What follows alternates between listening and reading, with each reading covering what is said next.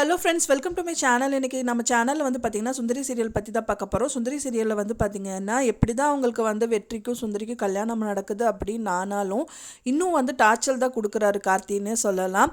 அவர் என்ன பண்ண இருக்கார் அப்படின்னா வந்துட்டு அனு வந்துட்டு உயிரோடு இருக்கிறது எப்படியோ அவருக்கு தெரிய வந்திருக்கு. அதனால வந்துட்டு அனு எங்கே இருக்காங்க அப்படின்னு தெரிஞ்சுக்கிறதுக்கு சாதாரணமாக கேட்டால் கண்டிப்பாக சுந்தரி சொல்ல மாட்டாங்க. ஏன்னா அவங்க இறந்துட்டாங்கன்னு தான் சொல்ல போகிறாங்க.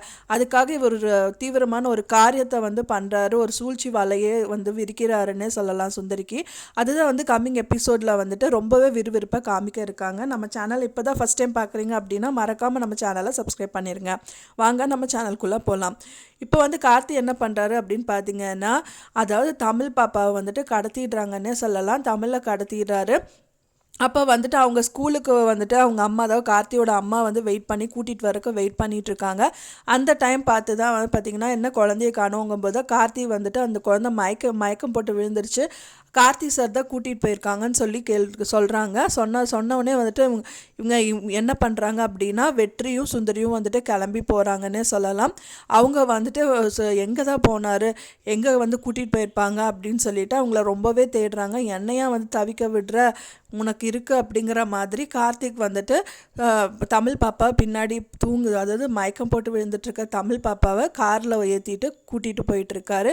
அவங்கள தேடி தான் வந்து வெற்றியும் சுந்தரியும் வந்துட்டு பயணம் பண்ணுறாங்கன்னே சொல்லலாம். அண்ட் தென் அவங்க எங்கே தான் இருக்காங்க அப்படின்னு சொல்லிட்டு எல்லாம் சுற்றி முற்றி தொலாவுறாங்கன்னே சொல்லலாம். அந்த டைம் பார்த்து கார்த்திக் வந்து சுந்தரியை மீட் பண்ணுறாரு.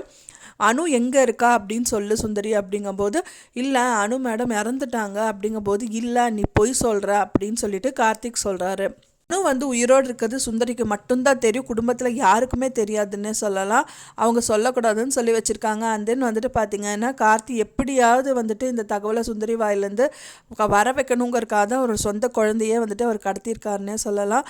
எப்படியும் வந்துட்டு அவர் சொல்லி தான் ஆகணும் அப்படிங்கிற மாதிரி தான் கட்டம் வந்து போயிட்டுருக்கு.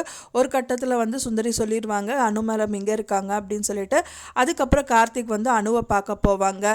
ஃபைனலாக வந்து எனக்கு தெரிஞ்சபடி வந்து பார்த்திங்கன்னா கார்த்திக்கும் அனுவும் வந்துட்டு ஒன்று சேர்ந்துருவாங்க. அப்புறம் தமிழ் பாப்பா அவங்கக்கிட்டே ஒப்படைச்சிருவாங்க. அண்ட் தென் சுந்தரியும் வெற்றி மற்றும் அவங்களோட குழந்தை அகிலன் கூட தான் வந்துட்டு இவங்க 2 பேரும் சேர்ந்துருப்பாங்க நான் நினைக்கிறேன். ஃப்ரெண்ட்ஸ், எப்படி இருந்தால் கதைக்கெல்லாம் நல்லா இருக்கும் நீங்கள் எதிர்பார்க்குறீங்க அப்படின்னு சொல்லிட்டு எனக்கு மறக்காமல் கமெண்டில் ஷேர் பண்ணுங்கள். கூடிய விரைவில் அவங்க கல்யாணம் நடக்கணுன்னாலும் எனக்கு மறக்காமல் ஷேர் பண்ணுங்கள். நான் சொன்ன இந்த தகவல் உங்களுக்கு பிடிச்சிருக்கும்னு நினைக்கிறேன். ஃப்ரெண்ட்ஸ், பிடிச்சிருந்தால் மறக்காமல் லைக் பண்ணுங்கள், ஷேர் பண்ணுங்கள், சப்ஸ்கிரைப் பண்ணுங்கள்.